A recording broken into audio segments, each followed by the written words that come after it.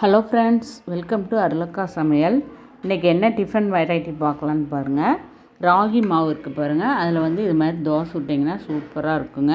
குழந்தைங்க அடை தோசையெல்லாம் செஞ்சோம்னா சாப்பிட மாட்டாங்க. ஆனால் ராகி மாவு உடம்புக்கு ஹெல்த்தியானது, சிறுதானிய உணவு. அது இந்த மாதிரி செஞ்சு சாப்பிட்டிங்கன்னா குழந்தைங்களும் விரும்பி சாப்பிடுவாங்க.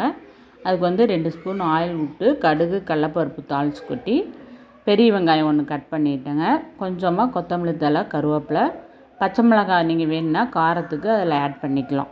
நல்லா வணக்கி விட்டு கொஞ்சம் தேவையான அளவு உப்பு போட்டுக்குங்க. இந்த வெங்காயம் வணங்குற அளவுக்கு மட்டும். நல்லா வெங்காயம் வணங்குங்காட்டி இந்த பக்கம் நாம் மாவு கரைச்சி வச்சிடலாங்க. 1 கப்பு நம்ம தோசை மாவு இருக்குது பாருங்கள். சும்மா சாதா ராகி மாவுனா அடை தோசையெல்லாம் செஞ்சோம்னா குழந்தைங்க சாப்பிட மாட்டாங்க. இது மாதிரி செஞ்சு கொடுத்து பாருங்கள்.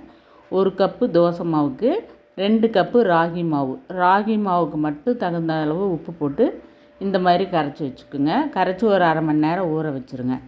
அப்புறம் இந்த வெங்காயம் இதெல்லாம் தாளித்து கொட்டி பாருங்கள். இந்த அளவு ரொம்ப வணங்க வேண்டாம், ஒரு 3/4 பதம் அந்த பச்சை வாசனை போக வணக்கிட்டு அந்த மாவில் கலந்து தோசை சுட்டோம்னா டேஸ்ட்டு சூப்பராக இருக்குங்க.